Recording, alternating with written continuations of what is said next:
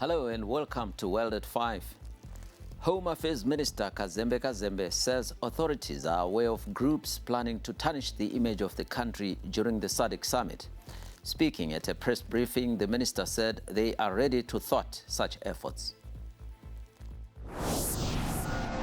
Fellow Zimbabweans, we note with serious concern that relentless efforts by some misguided political activists who are trying hard to foment unrest and disturb the smooth hosting of the summit.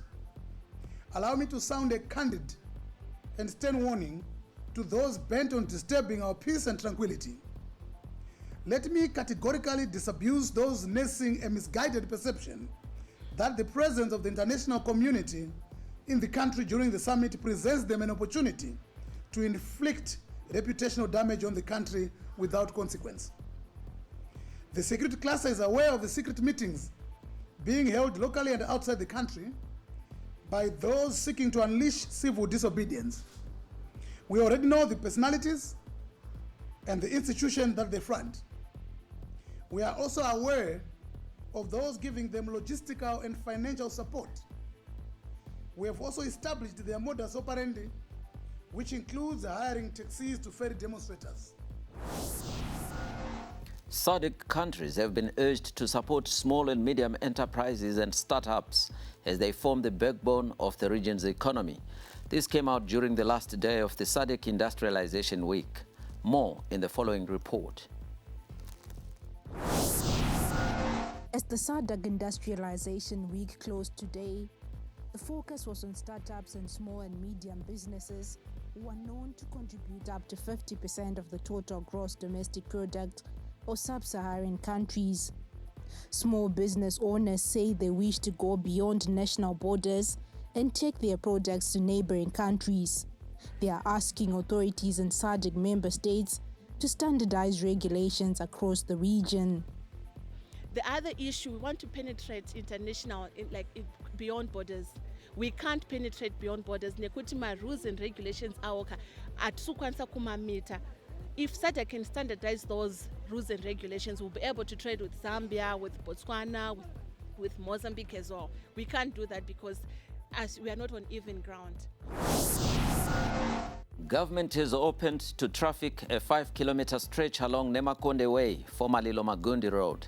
The section stretching from the junction with 2nd Street Extension to the junction with Harare Drive was officially opened by Transport and Infrastructural Development Minister Felix Mona. When we started this project of road rehabilitation, people were doubting that we're having a summit before us and whether we're going to complete the project to connect to the new city. And I'm glad to say to the people of Zimbabwe, together as a team, we've managed to accomplish this major milestone. And as we speak, starting from RIGM International Airport, where we've got our VVIP pavilion, which is 100% complete, ready to host our VVIP delegates. And from that road, airport road, we navigate through Brayside, where we're also done in terms of rehabilitating, reconstructing the roads, straight up to this point, Nemakonde. In our Crime Watch, Kimberly Chimbalanga gives us details of the Mpofu Chimombe case and other court stories. Businessman Mike Chimombe is opposing his placement on remand on the fresh charges of corruptly using a fake document to obtain a tender. Chimombe's defense counsel, Ashio Mugia, told the court that there are no compelling reasons, arguing that his client has no relations with Chuluka and a joint venture. He stated that his client was neither a shareholder, a director, nor an employee of the company. He added that the state must satisfy the court by showing that there are good grounds and a good cause to place Chimombe on remand pertaining the case of corruptly using a fake document to obtain a tender from Harare City Council. In other news, Nigerian police have fired live bullets and tear gas to try and disperse thousands of protesters in the northern city of Kano, rallying against the rising cost of living. Demonstrations are taking place in major cities across the country. In Kano, which has seen the largest crowd so far, the gunshots were fired after protesters set alight tires to make a bonfire in front of the state governor's house. 4 wounded people were taken to hospital. The protests were organized via social media.